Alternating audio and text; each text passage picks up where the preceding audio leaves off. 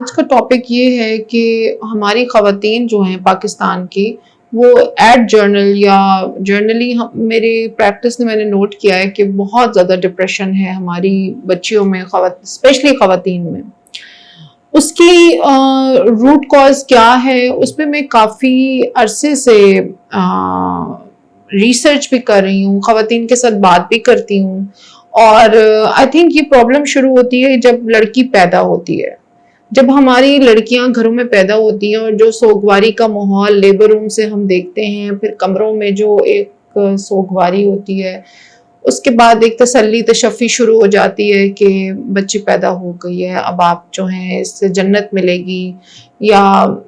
بہت سارے کمفرٹنگ فکرے میں سنتی ہوں۔ آج مجھے پریکٹس کرتے ہوئے اتنے سال ہو گئے، اور میں نہیں سمجھتی کہ ایک یا دو کیسز کے علاوہ میں نے کبھی آج تک کسی کو خوش دیکھا ہو بچی کے پیدا ہونے پہ۔ اب میں اس ڈپریشن کے اوپر جو بھی بات کروں گی وہ اس سے 90% لوگ شاید اختلاف کریں، اور ہر ایک کو اختلاف کا حق ہے، اور میں سمجھتی ہوں کہ اگر آپ اپنا اوپینین رکھتے ہیں تو میں بھی اپنا ایک اوپینین رکھتی ہوں۔ جو جس رستے سے گزرا نہیں ہوتا وہ اس رستے کے مسائل کو بھی نہیں سمجھتا۔ تو I totally understand if somebody doesn't understand this point of view, and if I don't understand your point of view, I think یہ بھی ایک بہت viable بات ہے، and I totally respect that۔ تو ہوتا یہ ہے کہ بچی جب گھر میں آتی ہے پھر اس کو کانسٹنٹلی بچپن سے بڑے ہونے تک ایک احساس ہوتا ہے کہ میں جو ہوں وہ یا تو انوانٹیڈ ہوں، یا میں ایک بوجھ ہوں، یا میرے اوپر جو ایکسپینسز ہیں وہ میرے پیرنٹس کے لیے ایک پرابلم ہے، اور اس کو سمجھ نہیں آتی کہ ایسا کیوں ہو رہا ہے میرے ساتھ۔ جب وہ بچی بڑی ہو جاتی ہے پھر اس کی شادی کی ٹینشن شروع ہو جاتی ہے، پھر اس کو احساس ہوتا ہے کہ یار میں کتنا بڑا بوجھ ہوں اپنی فیملی کے اوپر۔ تو یہ معاملات میں آج مجھے سنتے ہوئے 20 سال ہو گئے ہیں، اور میں اکثر سوچتی رہتی ہوں کہ اس کا حل کیا ہے، what is the solution، کہ یہ خواتین پھر یہ بچیاں جب مائیں بنتی ہیں، جب بیویاں بنتی ہیں، تو وہ جو ڈپریشن ان کا پرانا چل رہا ہوتا ہے ساتھ، they carry on that depression اپنے ساتھ، اور 99% لوگوں کو اپنے ڈپریشن کا پتہ بھی نہیں ہے کہ ہم ڈپریسڈ ہیں۔ یہ بھی ایک بہت بڑی بات ہے کہ لوگوں کو آئیڈیا نہیں ہوتا کہ ہم ڈپریسڈ ہیں۔ تو میرا جو پوائنٹ آف ویو ہے اس ساری بات کے اندر وہ صرف یہ ہے کہ آپ کبھی بھی اپنے بیٹے یا بیٹی کو اس طریقے سے بڑا نہ کریں کہ آپ بیٹا ہیں یا آپ بیٹی ہیں، اور اپنے بچوں کو جس طرح کا آج کل ریٹ آف انفلیشن ہے، جس طرح کا آج کل اکنامک سٹیٹس ہے دنیا کا، جو اکنامک وار چل رہی ہے، اور زندگی گزارنا جو ہے وہ مطلب کافی مشکل ہو چکا ہے۔ پہلے کی جو حالات تھے، اب لوگوں کی نیڈز بہت زیادہ ہیں، مٹیریل کی demand by kids, by wives, by siblings, گھروں میں مٹیریل بہت زیادہ ریکوائرڈ ہے ٹو رن ہیپی ہوم۔ تو ان سب چیزوں کو اگر ہم اس سارے کا بوجھ 20 لوگوں کے گھر کا بوجھ ہم ایک مرد پہ ڈال دیں گے، تو obviously وہ جو مرد ہے وہ پھر اس نے سب کی ضرورتیں پوری کرنی ہیں، اور اس نے پھر اس طریقے سے چلنا ہے کہ اس نے دیکھنا ہے کہ یار ان دا لانگ رن کون میرے ساتھ سپورٹنگ سسٹم میں آ رہا ہے، کہ جی لڑکے جو ہیں وہ obviously بوجھ سنبھالیں گے گھر کا، اور لڑکیاں جو ہیں وہ they will get married and they will go away۔ یہی تھاٹ پروسیس ہوتا ہے جس کی وجہ سے پھر لڑکیوں کے اوپر ہم اتنا انویسٹ نہیں کر رہے ہوتے ان کی ایجوکیشن پہ یا ان کو پڑھانے پہ، کہ کہیں خراب نہ ہو جائیں پھر گھر نہیں بسائیں گی۔ میں اس نتیجے پہ پہنچی ہوں کہ اگر آپ اپنی لڑکا اور لڑکی دونوں کو اس اسکول آف تھاٹ کے ساتھ بڑا کریں کہ جی آپ نے بھی ہر کسی نے اپنا اپنا جو فائنینشیل برڈن ہے وہ خود اٹھانا ہے، آپ نے کسی اور کی طرف نہیں دیکھنا اپنی بیسک نیڈز کے لیے، اور یہ آپ نے ساری زندگی کرنا ہے۔ And this should be a basic human prerequisite کہ آپ جو ہیں وہ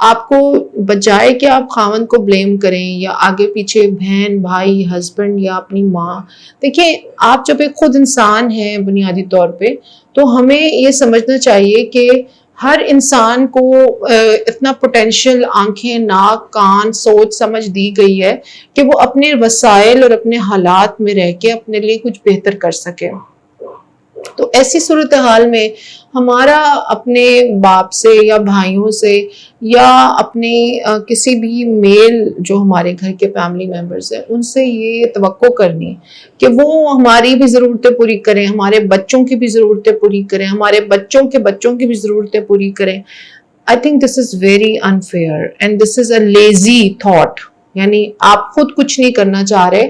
and you are looking forward کہ دوسرے لوگ آپ کے لیے سب کچھ کریں. تو اب یہاں تک کی سچویشنز ہیں کہ میں کچھ ایسی فیملیز کو جانتی ہوں جن میں مطلب خود وہ جو خاتون ہیں ان کی شادی کو آج 29-30 ایئرز ہو گئے ہیں، اور ان کی جو سسٹر ان لا ہیں یعنی ان کی جو نند ہیں ان کے بچے بھی اب جوان ہو چکے ہیں، اور ان جوان بچوں کے جب بچے پیدا ہوتے ہیں تو پھر بھائی جو ہے وہ پورا چھلا اور پوری وہ ایک پورا اس نے لے کے جانا ہے کہ جی ان کے میکے کی طرف سے کیا ہوا. تو آپ کو نہیں لگتا this is too much unfair؟ میں سمجھتی ہوں this is unfair. ہمیں ایز اے وومن ایسی رسومات کو بھی خود جو خواتین جب آپ ساس بنے آپ نند بنے تو ہمیں ایسی چیزوں کو ڈسکریج کرنا چاہیے. ہمیں کوشش کرنی چاہیے کہ ہم چیزوں کو سمپلیفائی کریں. فضول رسومات جس کا بوجھ مردوں پہ پڑتا ہے اور پھر پوری سوسائٹی کرپشن کی طرف ڈرائیو ہوتی ہے. تو خواتین کا اس میں بہت بڑا رول ہے.